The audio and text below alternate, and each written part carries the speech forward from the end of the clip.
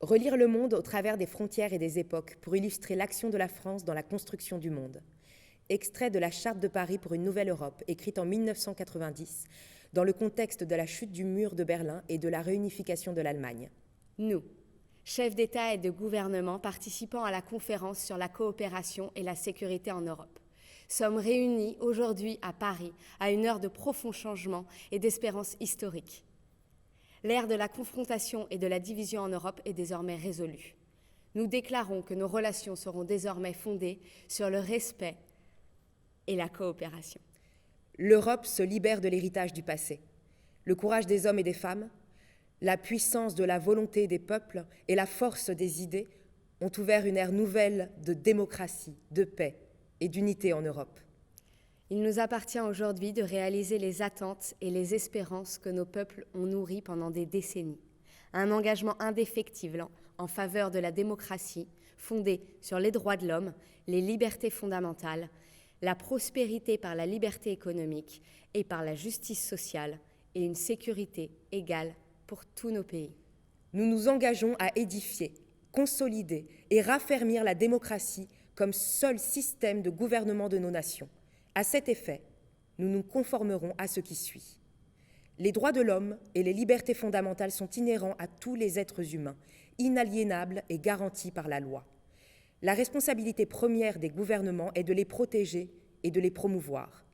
Les observer et les exercer pleinement donne leur fondement à la liberté, à la justice et à la paix. Le gouvernement démocratique repose sur la volonté du peuple. Exprimée à intervalles réguliers par des élections libres et loyales, la démocratie est fondée sur le respect de la personne humaine et de l'état de droit. Elle est le meilleur garant de la liberté d'expression, de la tolérance envers tous les groupes de la société et de l'égalité pour chacun.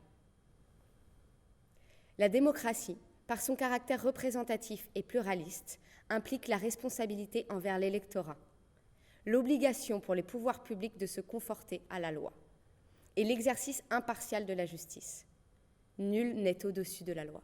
Nous affirmons que sans discrimination, tout individu a le droit à la liberté de pensée, de conscience et de religion ou de conviction, la liberté d'expression, la liberté d'association et de réunion pacifique, la liberté de circulation.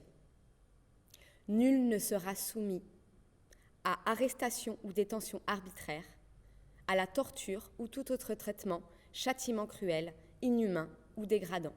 Chacun a en outre le droit de connaître ses droits et de les faire valoir, de participer à des élections libres et loyales, d'être jugé équitablement et publiquement s'il est accusé d'un délit, de posséder un bien seul ou en association et de mener des entreprises individuelles, de jouir de ses droits économiques, sociaux et culturels. Nous affirmons que l'identité ethnique, culturelle, linguistique et religieuse des minorités nationales sera protégée et que toutes les personnes appartenant à ces minorités ont le droit d'exprimer, de préserver et de développer cette identité sans aucune discrimination et en toute égalité devant la loi. Nous veillerons à ce que chacun jouisse de recours effectifs sur le plan national ou international contre toute violation de ses droits. Le plein respect de ces préceptes constitue l'assise sur laquelle nous nous efforcerons d'édifier la nouvelle Europe. Nos États coopéreront et se soutiendront mutuellement pour rendre irréversibles les acquis démocratiques. La liberté économique, la justice sociale et une attitude responsable à l'égard de l'environnement sont indispensables à la prospérité. Le libre arbitre individuel, exercé en démocratie et protégé par l'État de droit, constitue la condition nécessaire d'un développement économique et social fructueux. Nous favoriserons l'activité économique qui respecte et soutient la dignité humaine. La liberté et le pluralisme politique doivent être pris en compte dans la poursuite de notre objectif commun, qui est de développer les économies de marché en vue d'une croissance économique durable, de la prospérité, de la justice sociale, du développement de l'emploi et de l'utilisation rationnelle des ressources économiques. Il est important et conforme à notre intérêt à tous que le passage à l'économie de marché réussisse dans les pays qui font des efforts en ce sens. Cette réussite nous permettra de partager les fruits d'un accroissement de la prospérité auquel nous aspirons tous ensemble. Nous coopérons pour atteindre ce but. La sauvegarde de l'environnement est une responsabilité que toutes les nations partagent. Tout en appuyant les efforts nationaux et régionaux dans ce domaine, nous devons aussi tenir compte de la nécessité urgente d'une action commune à une plus grande échelle.